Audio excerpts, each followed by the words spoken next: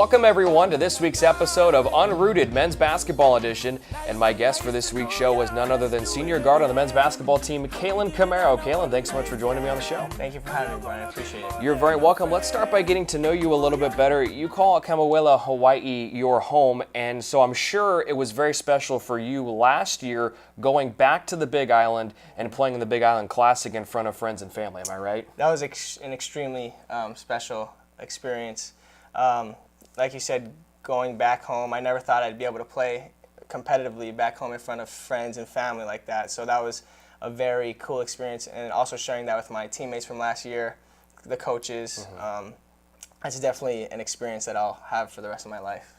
And on top of that, you got to make a couple of starts in the tournament. You played significant minutes, and you had some pretty good games out there as well. Yeah, that was a fun. We won 2 games there. And of course, Menlo won both. Yeah. And then Benny had the game winner. The crowd went wild. Yeah, that was a good experience. The whole trip was really fun. For sure, good experience for me too. I'd never been to Hawaii before. Yeah. That was the first time I had ever been. Where'd you guys stay? You guys stayed at the Hilton, right? Yeah, we stayed with you guys at the Hilton. Which was a long drive from where we were playing, for sure, but that was a beautiful resort. That was a lot of fun, and I can't wait to go back. I know, we didn't go back this year. No, not this year, but we're still hoping that in the works for 2018 this year in December. Hopefully, maybe we can find a way to go back. Maybe we'll come out and visit. Yeah, I'll hope maybe during Christmas time I'll be there. Yeah. See you guys out there. For sure. Now, you helped lead Hawaii Preparatory Academy to an undefeated season your senior year of high school. I know this Menlo College team you're on right now is pretty good, but have you ever been on a better team than that undefeated season? We're going back. We're going back far. Oh, yeah. Every team is a little different. There's different players, different personalities, different coaches. So every team's going to be a little different. My senior year, that team was really special. We were well coached. Had the team, all the players liked being around each other. It's honestly really similar to this team, which is why I'm really excited to see where this team will go. Because we all like being around each other. We hang out all the time, practice together. We fight for each other, so it's going to be really exciting to see where we go this year. Yeah, and on top of that, the mixture of veterans like you, Ben, and Mikey, with the influx of young talent coming in, freshmen and sophomores, shaping up to be a good program for the years to come. Yep, it's good. We have the young guys and the old guys. It's a good mix, honestly, and yeah, it's been really fun so far. Yeah. Now, you're a fan favorite here at Menlo. I don't know if you're going to admit to that, but every single time you put one in the bucket, it seems like people are giving you a little bit bigger round of applause. How did you become a Menlo legend? I definitely would not say Menlo legend and Kalan Camero in the same sentence, but honestly, I guess that's what happens when you're dating a member of the women's soccer team. True. They tend to come out and really support.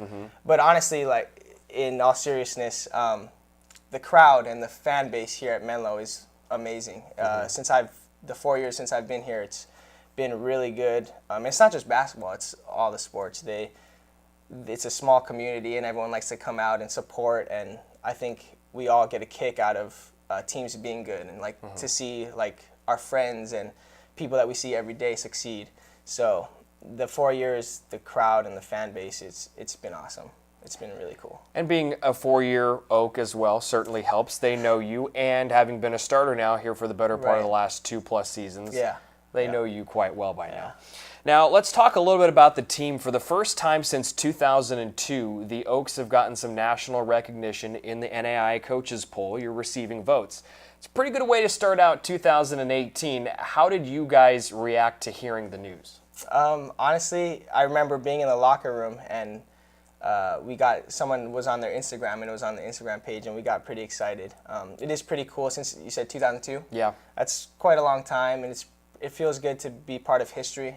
We've put in a lot of work this year, and to see it actually unfold is really cool. It's been really exciting. So hopefully we can just build on that and keep going. Yeah, and an important designation for that 2002 ranking, it was actually a preseason poll. So the Oaks in 2002 and 2003 were never ranked during the season. That was a preseason poll. So it's been a little bit since the Oaks have been ranked in season. So that's a big deal for you guys. Yeah. Now you start off conference play and you drop a couple of games. Two of the best teams in the conference, two of the better teams in the nation too. The Masters one of them, and they're being ranked number 5. What did you learn from those 2 games that are going to help you down the road as you continue into this gauntlet that is the men's basketball season in the GSAC? Yeah, those programs are always really good in the Masters and Westmont. They always make it really deep into the national tournament. But honestly, I think one thing that we all took out of it is that the GSAC is just a crazy conference, and if you're not ready to play, and if you're not ready to compete at that high of a level, you're just going to get beat. These teams, these programs have been good for years, so we can't take anything for granted. We got to go out there and really just compete and play our basketball, play our style of basketball. Now, when facing a team that maybe has a bit of a size advantage on you guys, because let's face it, you're not the tallest team in the conference at all. You have Eric Friedland at 6'11", but other than that, John Payne 6'6", Henry Cornelius 6'4". When you're facing a team that's bigger than you, how do you adjust and turn that into an advantage for you guys? Yeah, that's definitely been an Achilles heel for us all season. We really make it an emphasis for team rebounding, 5 guys boxing out, creating space, getting the rebound. And we've kind of, those last 2 games, we kind of were out-rebounded, kind of got beat up in the paint a little bit. So we just kind of got to get back to playing our style of defense, and boxing out, rebounding. But we've been doing, this year we've done a decent job of rebounding. Like I said, it's been an emphasis of ours, 5 guys boxing out and just rebounding. Yeah, I can honestly say I'm not quite sure there's another team in the NAIA that has the guards get as many rebounds as you guys do. I mean, even really more so than the forwards, to be honest. I mean, you like you said, all 5 guys are getting around the ball, and there's probably 4 or 5 guys a game with 5 or more rebounds. It helps when the bigs do all the dirty work and clear the space for the little guys to come in and rebound. So, yeah, guys like you. Yeah, but the bigs need to. They're going up against monsters, so they're doing a lot of work at getting clearing space too. Yeah. So it's easy. We just grab it. Yeah. But. Now you have 2 more tough teams on tap this week. You start off with the 9th-ranked team, Hope International University, on Thursday. That's the first game at home here this semester. So how much of a factor do you think the home crowd and being at home for the first time in 2018 is going to be? I know you said the crowd's been great. Yeah. Hope, another great program. They have been good for as long as I've been here. I'm sure way before that. But I think, like you said, and like I said earlier, the home crowd is always, they always seem to give us a little boost. So it'll be fun to play here on Thursday night. I also heard it was a blackout, so everyone's going to wear black, bring your black shirts. Yep. So that should be really exciting for us, our first conference game at home. I think they'll give us a little boost, something that we need. How sick would black uniforms be for this game? That would be awesome. If we can't go to Hawaii, maybe we can get a black uniform for one game. I think that's a fair trade-off. Honestly, I'd rather go to Hawaii than some black uniforms. Yeah, me too. You know what, though? How about go to Hawaii and have black alternates? There you go. That's a good plan. I like that. Now, Vanguard will wrap up the week of games. They're not ranked anymore, but they're still a very good program, as everybody is in the conference. For preparation for this entire week against Hope and Vanguard, what's it going to be like? I know we were talking off the air. You guys are practicing now at 7 in the morning. So what's going to be preparation this week? I think it's more of focusing on ourselves. These last 2 games, we're out of character.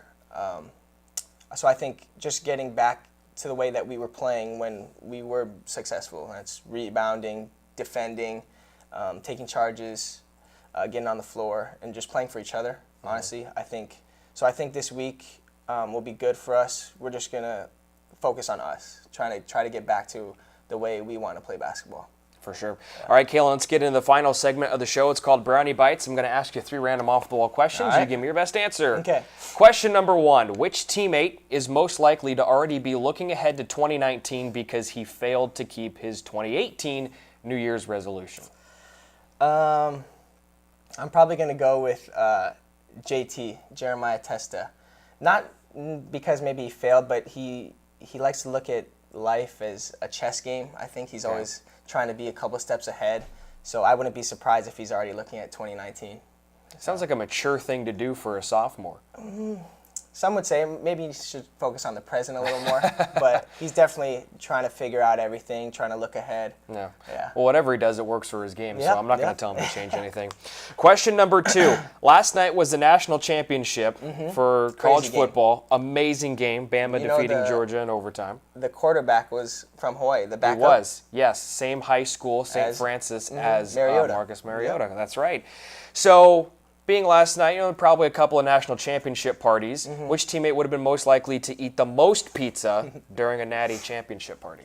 Well, honestly, I don't know if you figured this out yet, but anytime there's food involved, it's definitely Mikey Eggleton.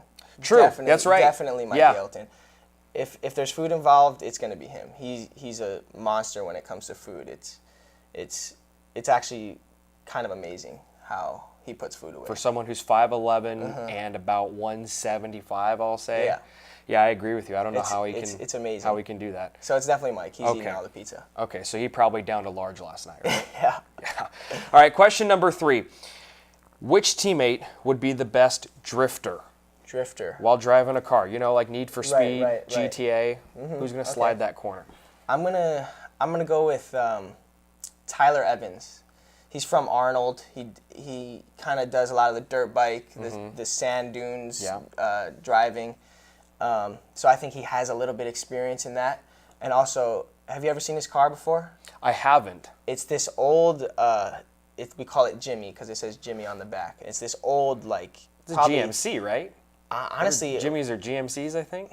It's got to be from the 1900s. Yeah. So I think he could maybe do a quick one in Jimmy and just put it out, drift it real quick. And then Jimmy probably blows up because Jimmy's not supposed to be drifting at that age anymore. Exactly. And correct me if I'm wrong, but doesn't his sister do dirt bikes also? Yeah, they I think in Arnold that's a big thing. Yeah. And they do sand dunes. He's always on the sand dunes, always dirt biking, ATV riding. Well, I guess we're going to have to ask him next week on the show because you've already spoiled it. Tyler Evans is going to be the guest next week on the show.